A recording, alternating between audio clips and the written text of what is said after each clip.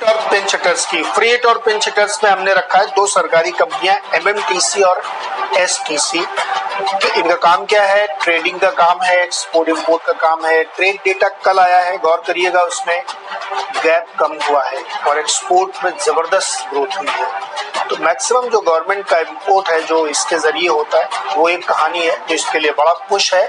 दूसरी कहानी है कि एसेट मोनेटाइजेशन का जो सरकार का प्लान है वो एमएमटीसी और एसटीसी को लेकर के भी है, बातचीत चल रही है। हमें लगता है कि उसका फायदा इन कंपनियों को होगा। देखिए, एक बड़ी कड़वी सच्चाई है, हिंदुस्तान की गवर्नमेंट के पास इस समय पैसे नहीं है और वो पैसे जुगाड़ने का सिर्फ एक तरीका है कि आप डाइवेस्टमेंट करिए मैक्सिमम, अदरवाइज चॉइस नहीं है। तो मुझे लगता है कि सरकार इस ऑप्शन को अब जल्द से जल्द एक्सरसाइज करेगी और जो कंपनियां जैसे बीपीसीएल है, वो फंसी हुई कंपनी है, उसका डाइवेस्टमेंट इतनी जल्दी नहीं हो पाएगा।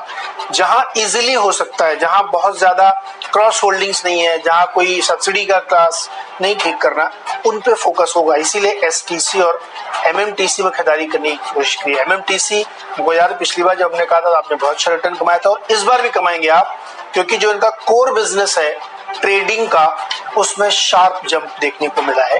ट्रेड डेटा के नंबर्स आपको देखने को मिल जाएंगे, उससे आपको अंदाजा लगेगा कि किस तरह की ग्रोथ इसमें देखने को मिल रही है। तो एसटीसी और एमएमटीसी की सलाह।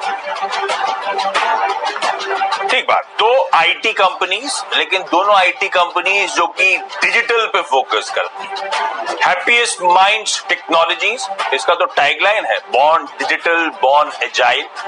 1000 की तैयारी में स्टॉक इवेंचुअली लगता है और पसंद क्यों आता है? जिस तरह का डिजिटल स्पेस, जो फास्ट ग्रोइंग डिजिटल स्पेस है, उसमें प्रेजेंस है। इसकी अमेजॉन वेब सर्विसेज, अज्योर के साथ जो पार्टनरशिप्स हैं और जो क्रेडिबल मैनेजमेंट है। तो रेड आप रखिएगा, आईटी वापस धीरे धीरे लाइमलाइट पा रहा है, आपने पिछले कुछ ट्रेडिंग सेशन में नोटिस करा होगा। लाइकवाइज एक कंपनी जिसके मैनेजमेंट से कल बात हो रही थी, वो भी digital born, Kellton Tech solutions.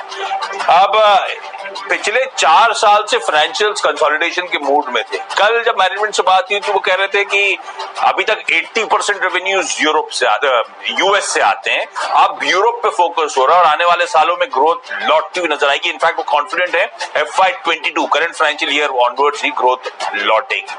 और जो डिजिटल स्पेस में अच्छी पकड़ है और डिजिटल स्पेस में अच्छा रुझान, उसका एग्जाम्पल है कि लास्ट क्वार्टर में ही 12 और क्लाइंट्स इस कंपनी ने ऐड करे थे। तो दो डिजिटल कंपनी जो रेड आप रखिएगा। क्विकली छोटा सा ब्रेक के उस बाद आखिरी के 2 स्टॉक्स और टीम्स का क्विक रैप अप आपके।